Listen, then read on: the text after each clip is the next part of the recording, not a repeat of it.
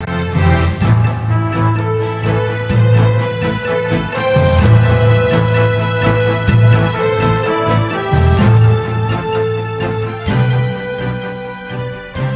back. If you just joined us, you're watching the news at 10, broadcasting on Channels Television live from Lagos. A reminder of our top stories. The Nigerian military warns mischief makers against breakdown of law and order. South governors meet in Delta State, discuss security among others. Family of 38-year-old Saeed Eyitayo allegedly tortured to death by the DSS demands proper investigation. An Afghanistan fuel tanker crash kills 73 people in Ghazni province.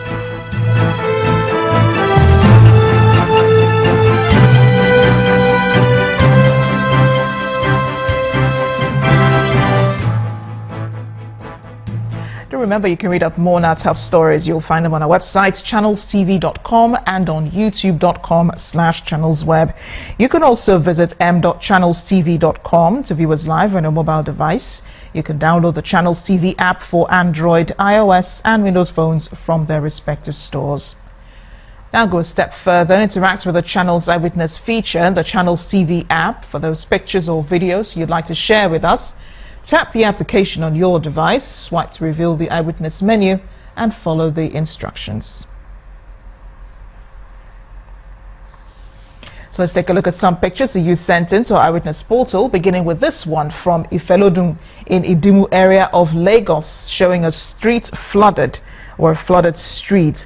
Our Eyewitness reporter wants government to construct drains there to forestall a recurrence.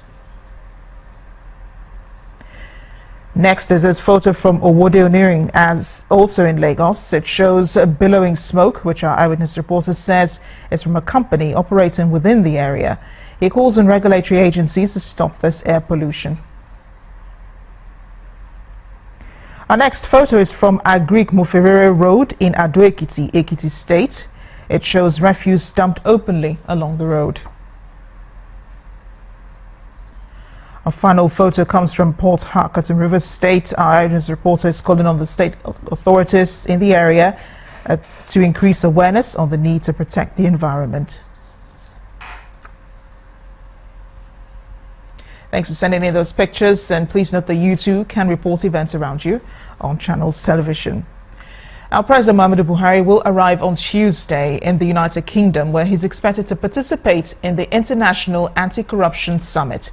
The President's advanced party, including journalists, are leaving tonight for the event.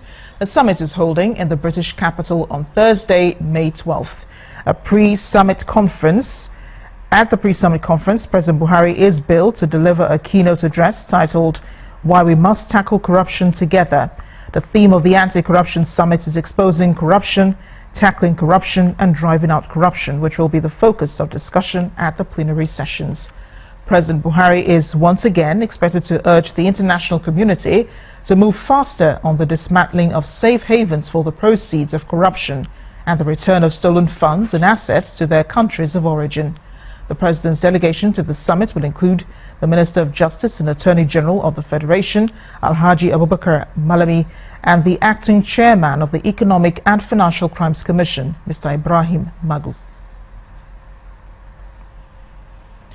The Nigerian government has stepped up efforts aimed at protecting the environment. The Minister of Environment, Amina Mohammed, gave this indication during a two-day facility tour of the Forestry Research Institute of Nigeria in Ibadan, the Oyo State capital. Mrs. Mohammed hinted that President Muhammadu Buhari is focused on investing heavily in research institutes across the country to control the impact of climate change. Mohammed said the era of awarding contracts without accountability is over.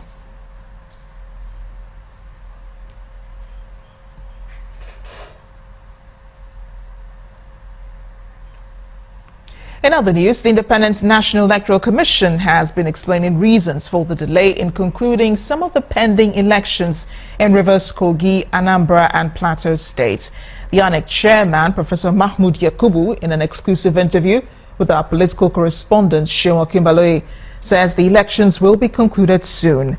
While explaining the efforts of the Commission in addressing grey areas in the Electoral Act ahead of the 2019 elections, Professor Yakubu told Channels Television that the card reader device and other anticipated amendments in the law will also be reviewed.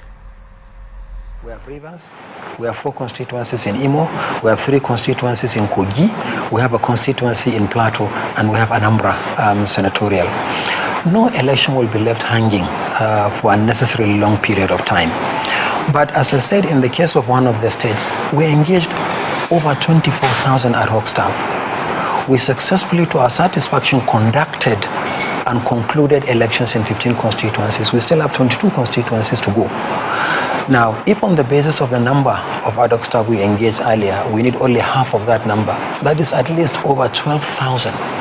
The problem always is you mobilize for an election. Once you demobilize, it takes some time to remobilize.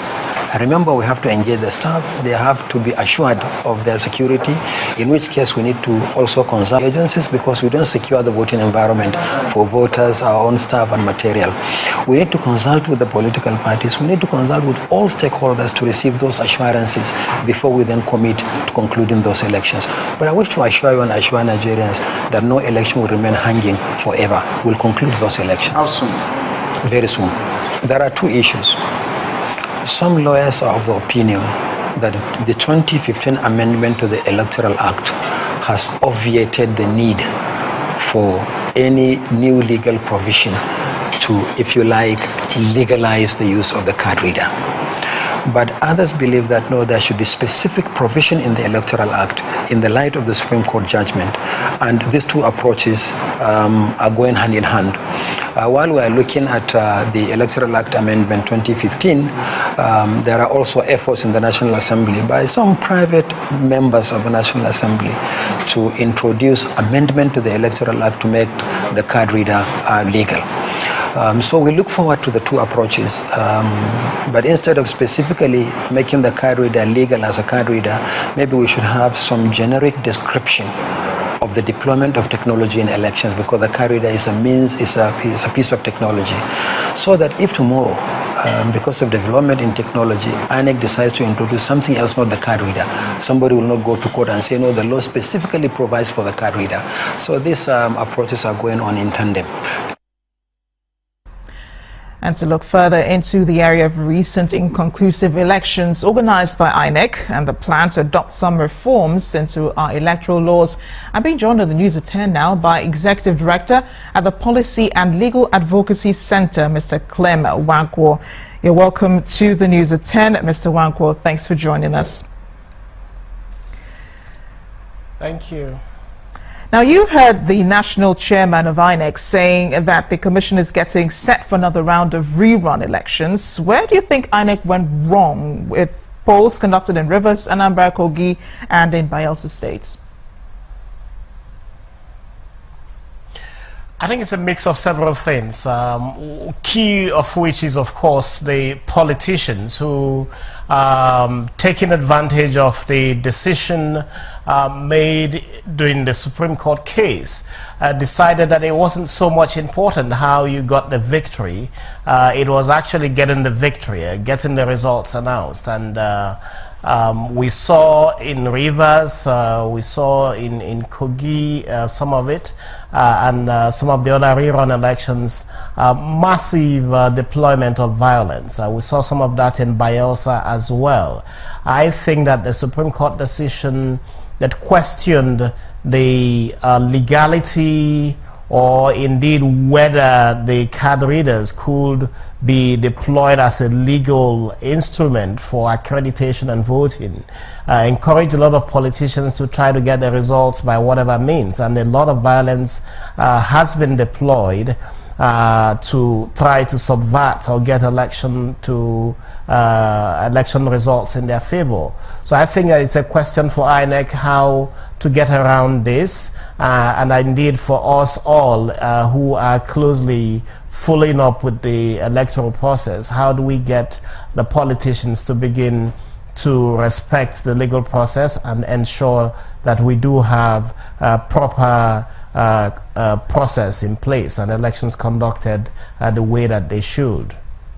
We were beginning to see some stability under the former chairman of INEC, Professor Tahiru Jega. Have you noticed anything different in the style of leadership of those presiding over INEC at the moment?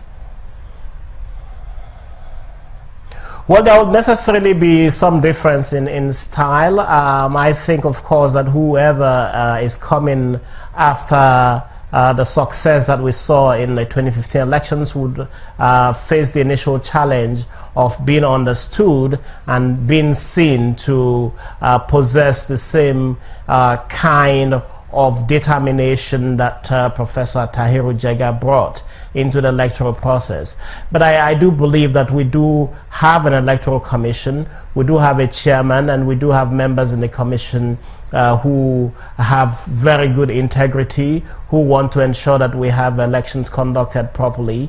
I think, of course, the challenge that you also have an incomplete INEC. You have less than half the members of the commission in place as we speak, and it's quite surprising that this government still has not thought it fit to completely constitute an independent National Electoral Commission. But having said that, I think that you will necessarily have differences in terms of style, but looking at the membership of the commission, I have no doubt that you see gentlemen and ladies of integrity who are anxious to also ensure that the gains of the previous commission is retained in this commission, and who actually wants to achieve credible electoral process in Nigeria. Mr. Wankwo, from your experience of observing elections in Nigeria, how can INEC avoid, this pitfalls of having to reconduct elections and some of the issues surrounding elections that we've seen in recent months? Well, I think that INEC needs to go back to the drawing board. I think there's a lot to do. I think that this commission needs to understand where it is coming from, which is really from a commission that had set a very high bar, which it must also meet up and perhaps even excel and exceed. I think that when you look at the guidelines that are providing for actual accreditation and voting, and when you can cancel results from different units and polling units, you find that there might be a need for this commission to look at its guidelines, but also issues are evolving and laws need to be evolved and be made dynamic to address these issues. And I think that the commission needs to take the lead in terms of identifying where there are gaps, where there are lapses in existing law, and see how it can get the National Assembly to move quickly to ensure that these laws are reformed before politics sets in. And this could actually begin to happen from 2017. So I think that the duty, the responsibilities on the commission to look at the laws as they exist and take the initiative in engaging the National Assembly and indeed all of the other stakeholders to ensure that we do get to the point where we get the right laws in place. The question that was raised by the Supreme Court about the use of card readers need to be addressed by specific reforms of the electoral law. And INEC should in fact also begin to look at the question how to deal with the technology innovations and gains that have been made to date, and see how this can be taken to higher bar. I think that there's a lot of responsibility on INEC to ensure that it is able to adapt to the dynamism of the evolving electoral environment. I appreciate your thoughts tonight, Mr. Clem Wankwo. Thank you for joining us on the News at 10. I'll be speaking with Executive Director at the Policy and Legal Advocacy Center, Mr. Clem Wankwo. When the News at 10 returns, our community report takes us to Mourn community in Benue State, where herdsmen disrupted socio-economic activities for 3 years. Please join us again.